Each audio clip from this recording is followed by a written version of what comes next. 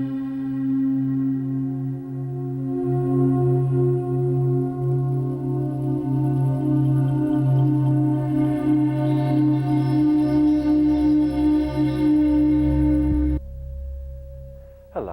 welcome to the Universe Inside Our Mind.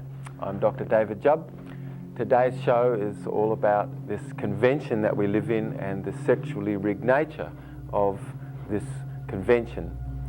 It's amazing that quite some years ago, Annie and I, when we were looking at the social indices, we noticed that it could be predicted by 25,000% that he would commit suicide between the ages of 9 and 14, more than any other time in their life.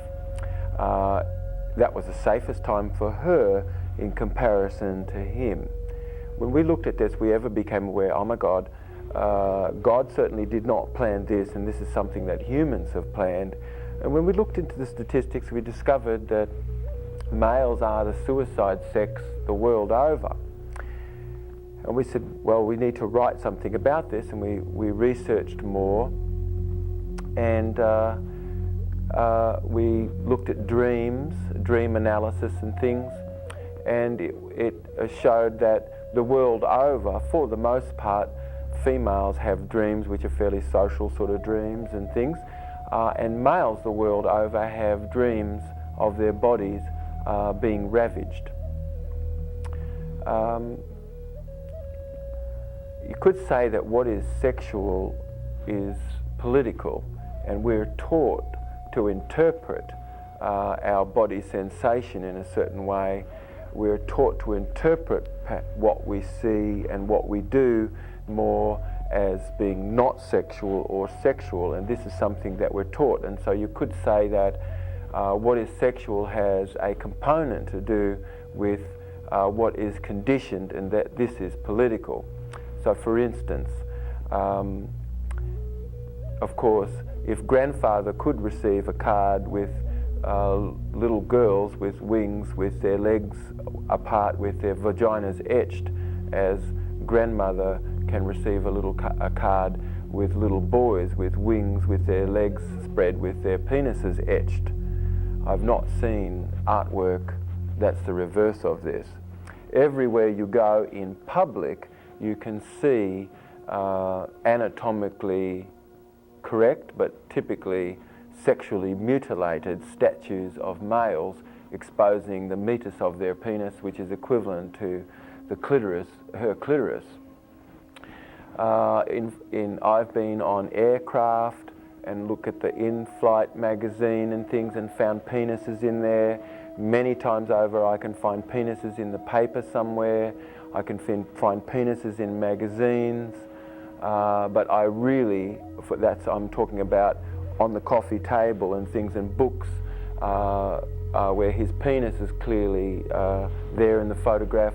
But I really have not really seen coffee table books and books sort of in the public and pictures in the public much. I don't think I've really seen anything in the public of her vagina. I've seen many times over statues where his legs are spread and he's laid back and his genitalia is etched perfectly without hair. And it seems to me that we're living in a world where it is a vaginalist era, which causes certainly males that something is taken from their side, but something is given to her. This is the story of Samson and Delilah, where Samson's eyes were put out. It doesn't mean that he was blinded, but something was taken from his sight. His hair was cut, meaning that he was dressed down, and after that point, his head was made to lay in Delilah's lap, and she didn't really have to corrupt her own mind to have him lay his head in her lap, as the story goes. This is the story of what this present convention is about, which this convention for the most part is set up to create a pool of slaves that would commit legalized sin. So the world over that I've been and looked, and I've had people with me and I've pointed these things out so they see these things as well. There are many covers of books where his legs are spread and his penis etched. I've been into physical fitness clubs and things where there he is with his legs spread in a circle with his penis etched. Granted that Leonardo da Vinci's drawing is of a fully anatomically correct penis and not one that's sexually mutilated. I see many times over that sexually mutilated statue, the statue of David, where the meatus of his penis is shown. That's a great elaborate degree that society has gone to cut away his skin to expose his genitalia, which is equivalent to her clitoris. Can you imagine that they would do this to her?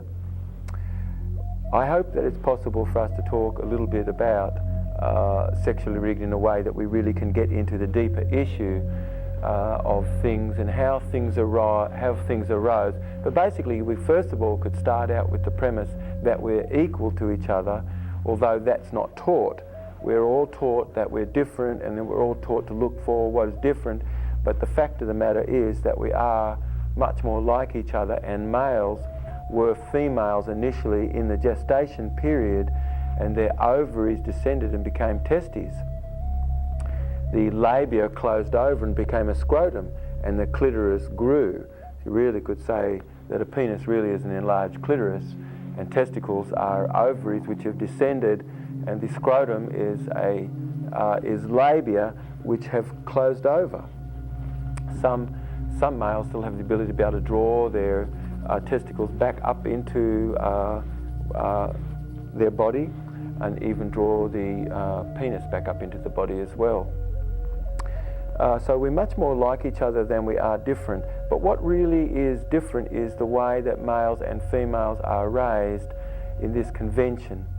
His body at the present moment is used for battery, and her body is used for attraction. For the most part, if there's going to be a picture and there's ugliness or somebody presented in a compromised position, for the most part, his body will be put there.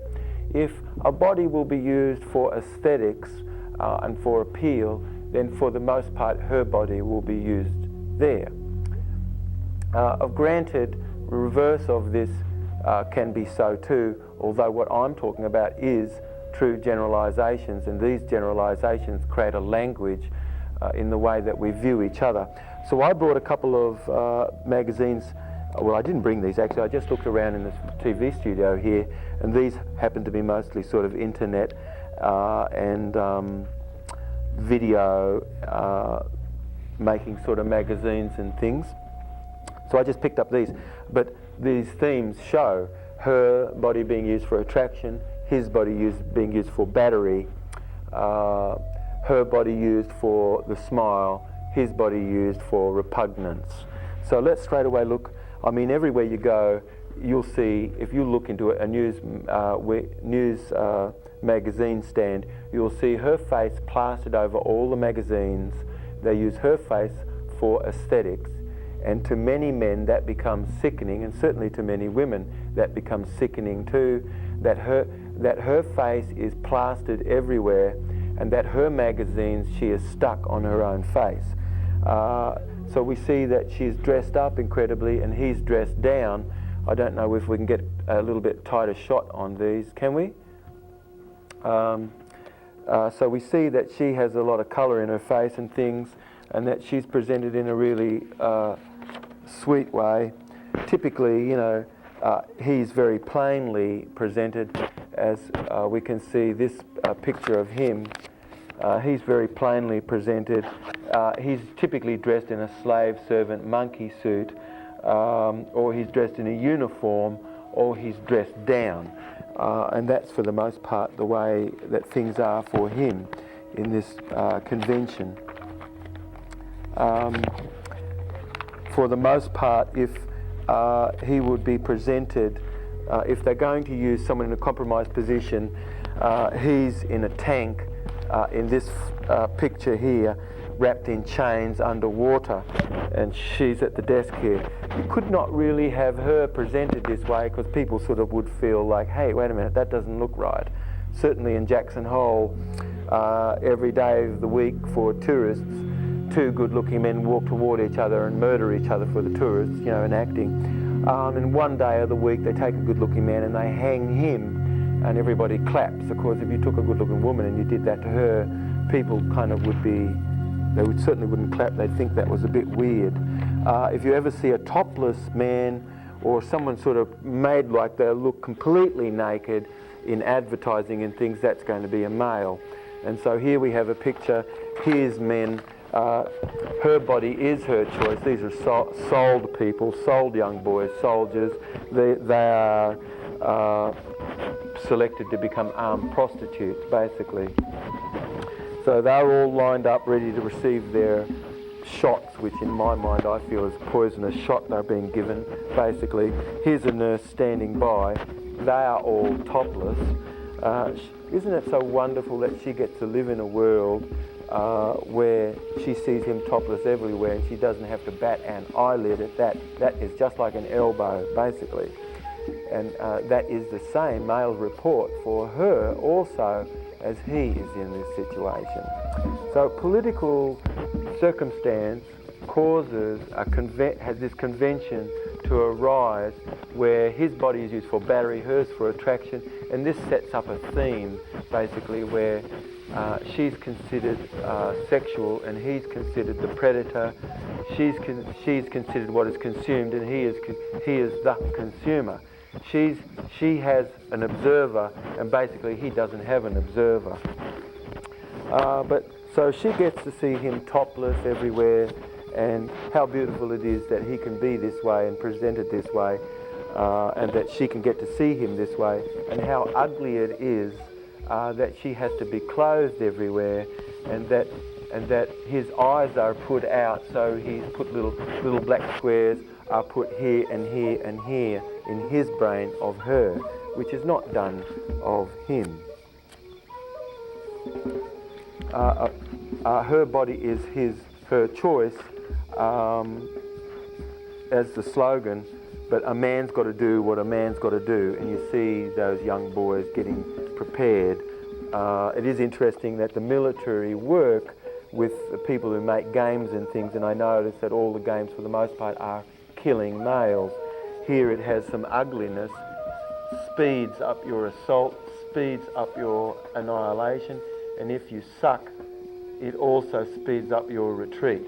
Here's a male with a weapon. He's got an angry face. Basically, he's often presented this way.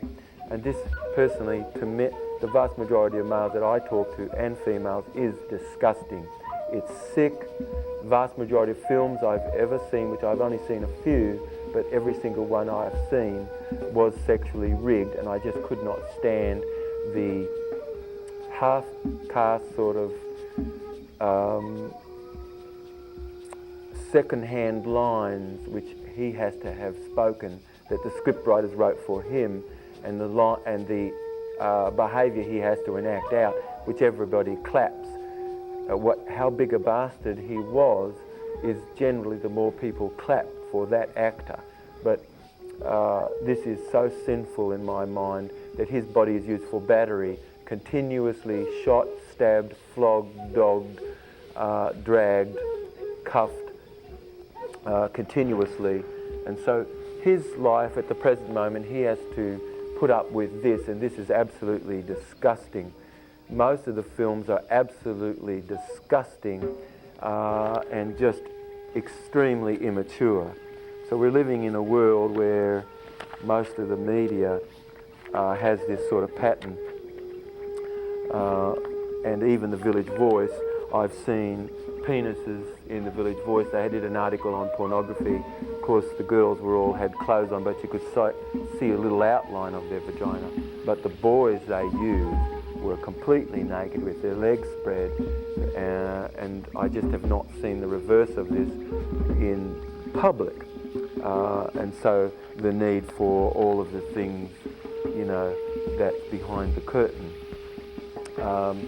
Of course, male images are used for ugliness and punching and violence and things, and so he grows up continuously, non-stop, with these kind of images portrayed to him. Of course, if she's presented anywhere, she's smiling, she's laid back often. You don't really see her in the hard slog, in the grind, basically, of things, of life. Quite in the same way as he's seen. Here he is doing love-less work. Most of the time there's a man working in a furnace. For the most part, you're going to see her doing love's work, and his job at the present moment is love-less. And that in itself is problematic, because that's a shame that the only work that's his work for the most part is loveless. I talked to some males in Australia while I was there that had left teaching. They were primary school teachers, and I asked them why they did that, and they said they did not want to be branded a pedophile. That is interesting that there are very few male teachers, primary teachers, and many males report that they certainly don't want to be branded a pedophile, and he can't really hug her all over like she can hug him all over, and that's all part of the convention. Of course, whenever you see him, he's typically frowning, he's dressed down, and I can find quite a few images of her, and she's all really presented in a very aesthetic way. And this creates a rage, basically. Males do feel a rage underneath at the way that their body is being used for assault and battery, and how their body is used for the brunt of all that's disgusting, the jokes and things that are foul, and all the put-downs are put-downs on males. And her humour, though, is all about her intelligence and one-upmanship for the most part. So she's dressed, she's smiling, and doesn't look like she's doing much there. Look, just everywhere you will see this, anger being portrayed, frustration being portrayed through his face, and smiling through hers. And that's for the most part. If you look at male models and things in the magazines and things also, you'll see this. Generally her smilingness, and generally his frowningness.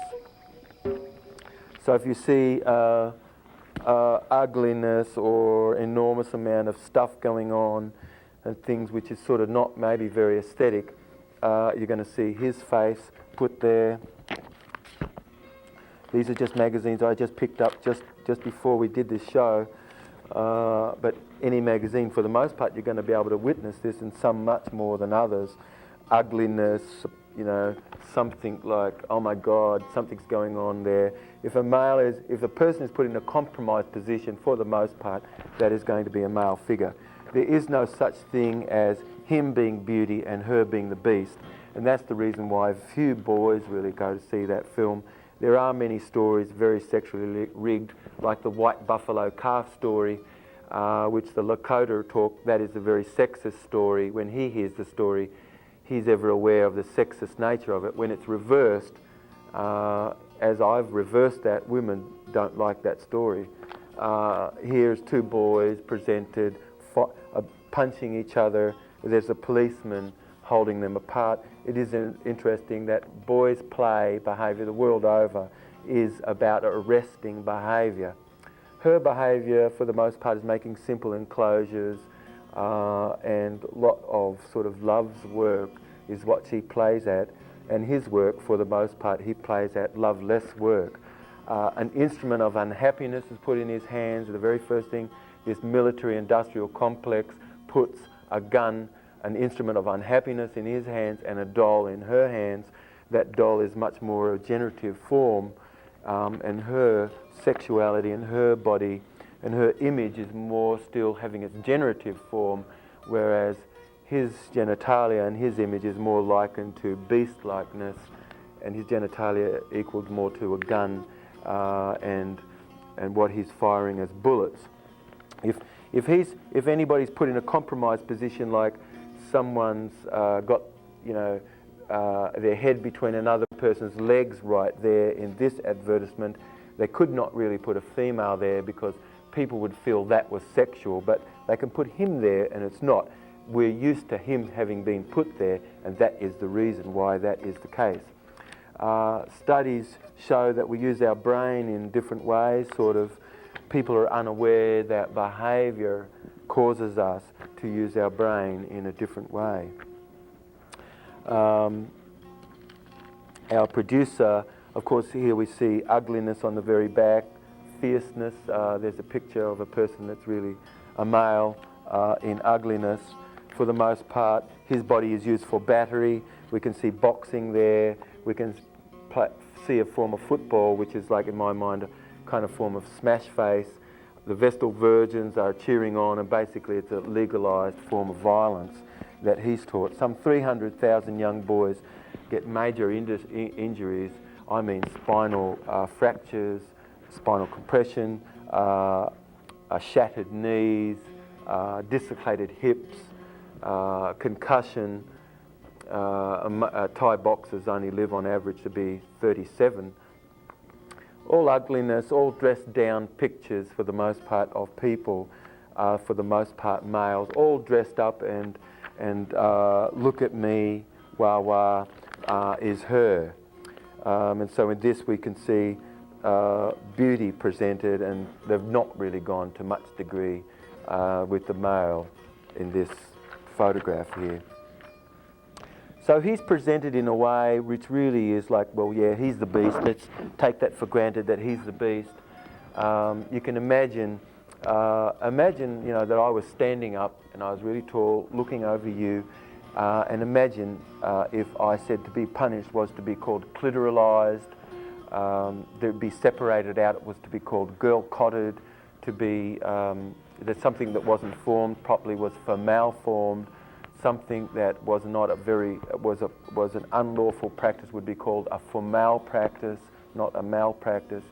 How would it be if you grew up in the world and you heard to be punished was to be clitoralized, and that the governors were running for election and their major message to all of the men was to reinstitute the death clitorality.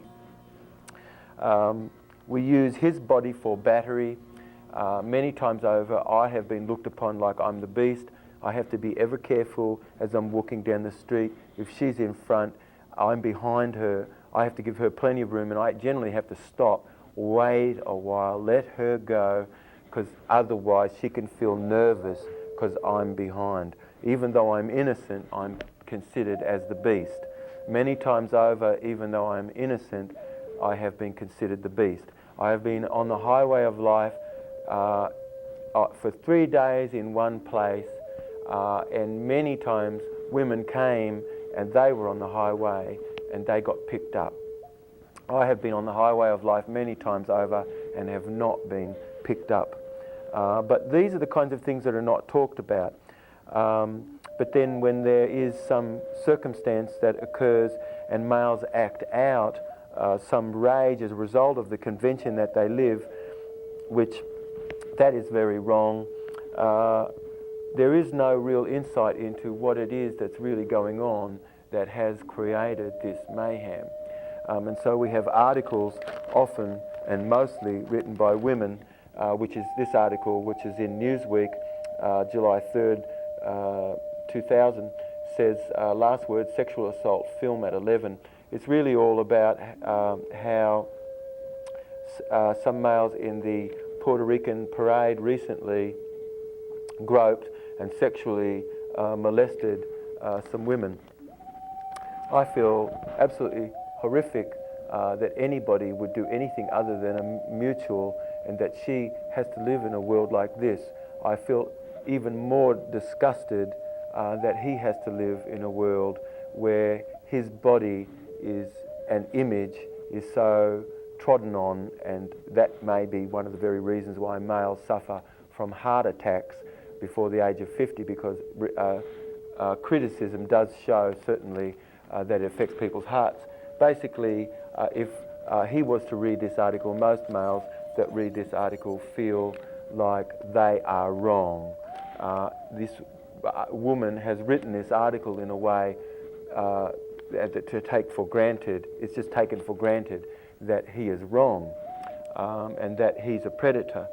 And so this gives the message that all males are this way and does not give the insight into what really is going on actually in society. In a film, he can be half naked, he can be completely naked except for a pot over his penis, like in the film Far and Away, where Nicole Kidman and Tom Cruise play in that film. Tom Cruise is naked except for a pot over his penis. Mother and the daughter are walking around the body, don't bat an eyelid at his body, but when the mother is gone, of course, Nicole is interested to see what's sort of under the pot. But don't bat an eyelid at the rest of his body, basically. Another scene after that is Nicole being on the boat coming over here from Ireland on that film, and she's showing just a tiny little bit of ankle, and we see the men straining to see that little bit of her ankle. What is sexual is political and is done to us, and is done to him mostly. He is stripped half naked. Mostly it is she who raises him, and he does not have hardly anything to do much with the raising of children, and that is wrong. Males should have male role models, and the only kind of role model that he has basically is not really of a father figure. It really is more of an image that's come more from the military-industrial complex that's used his body for battery, basically, and has prepared his mind for his body to be used for battery. If he does his job well, he'll be married, but if he does his job poorly, then he could be up for sexual harassment. If you're interested, we have a fabulous book. It's called Sexually Rigged: Female Power and the Process of Male Genocide. There's a genocide that's presently being practiced on his body. He dies of all the 15 leading causes of disease before she does, and there's a reason why this is so. So if this is interesting to you, I recommend that you get hold of Sexually Rigged. That is absolutely wonderful work that Annie and I have written. And if you'd love, we also have had done some more shows on this in the past, so it's possible that eventually that we'll run these shows again. So anyway, I really would love it that you, if you take the time to connect with us, call the number on the screen. We'd love to know who's listening. We'd love to know if this is a program that you find interesting. So anyway, until next time, I'm Dr. David Jubb. You've been tuning into the universe inside our mind. Lots of love and kisses. Really look forward to catching up with you next week.